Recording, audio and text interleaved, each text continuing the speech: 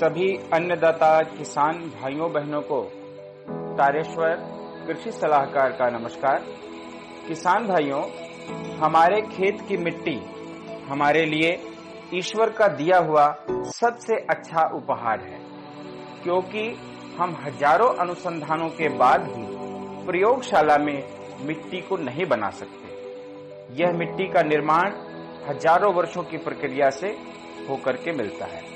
हमारा भारत देश धन्य है और हम भी धन्य हैं कि प्रकृति ने हमें सर्वोत्तम उपजाऊ मिट्टी दी है। परंतु किसान भाइयों, वर्तमान में इस मिट्टी की दशा बिगड़ती जा रही है, अर्थात मिट्टी बीमार हो रही है। अभी कल ही के हिंदुस्तान अखबार लखनऊ संस्करण के पेज नंबर 2 पर एक खबर थी, जिसमें यह लिखा है कि मिट्टी के अंदर जैविक कार्बन कम होने से उत्पादन घट रहा है। यह वास्तविकता है।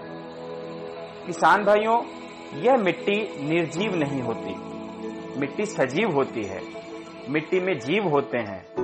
ये जीव ही हमारी इस मिट्टी को हमेशा संतुलित व पोषित रखते हैं। केचुए को आप देख ही सकते हैं।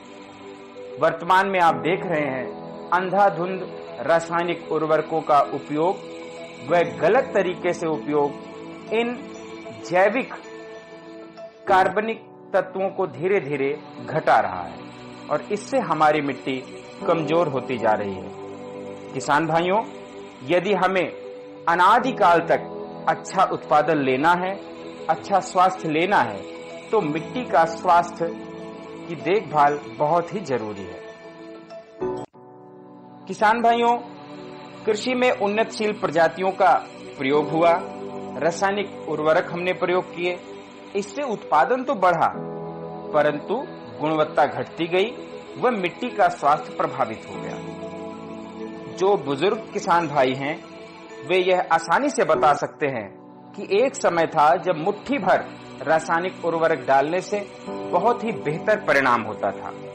किसान भाइयों, एक उदाहरण से समझिए, यदि हम अपने खान पान को अच्छा रखते हैं, बेहतर खाना खाते हैं और उसके बाद यदि हम किसी भी तरीके का सप्लीमेंट या टॉनिक अपने आहार में लेते हैं, वो हमारे शरीर को बहुत ही अच्छे तरीके से काम करता है। यदि हम अपना खान पान सही नहीं रखते हैं और केवल उस टॉनिक के भरोसे रहते हैं, तो हमारा शरीर साथ नहीं देता है।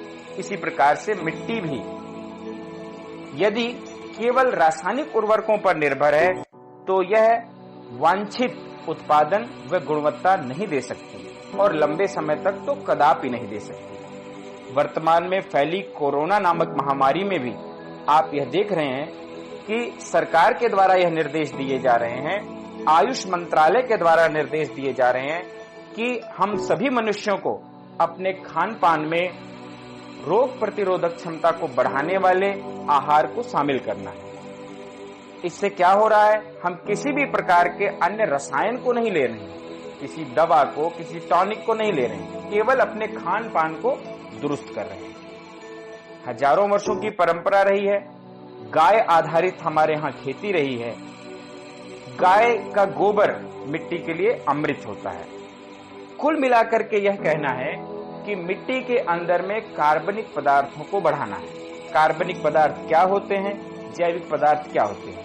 किसान भाइयों, ऐसे पदार्थ जो किसी जीव से प्राप्त होते हैं, अर्थात पौधा का अवशेष, पशु से मिलने वाला गोबर, केचुए से निकलने वाली कास्टिंग अर्थात उसके वर्मी कंपोस्ट, या अन्य भेड़ बकरियों की खाद, मल की खाद, मानव मल की खाद, सीवरेज की खाद, ये सभी जैविक कार्बन के स्रोत हैं। इनका हम प्रयोग करके अपने खेत में जैविक कार्बन की मात्रा को बढ़ा सकते हैं। यह जैविक कार्बन जब खेत में बढ़ता है, अर्थात जैविक तत्व की वृद्धि होती है, तो मिट्टी में रहने वाले विभिन्न प्रकार के जीव सक्रिय हो जाते हैं और वे हमारी मिट्टी को उर्वरा करते हैं, उसको पोषण देते हैं। और इससे क्या होता है किसान भाइयों, कि हमारे खेत की मिट्टी में बहुत ही अच्छे अच्छे सुधार होते हैं।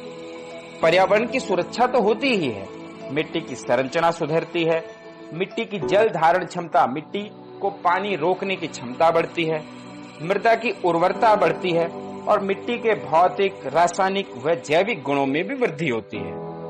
जीवांश कार्बन की वृद्धि से मिट्टी के अंदर उपलब्ध फास्फोरस की मात्रा में बढ़ोतरी होती है। Zinc, ferrous, manganese, copper, boron की फसल को उपलब्धता बढ़ती है और जो भी हम रासायनिक उर्वरक प्रयोग करते हैं अथवा सिंचाई करते हैं, इसका बेहतर परिणाम हमको देखने को मिलता है। अतः सभी किसान भाई कृपया अपने खेतों में जैविक कार्बन को बढ़ाने का उपाय अवश्य करें। आगामी वीडियो में मैं आपको जैविक कार्बन बढ़ाने के अन्य उपायों को बताऊंगा। अभी के लिए इतना ही। धन्यवाद।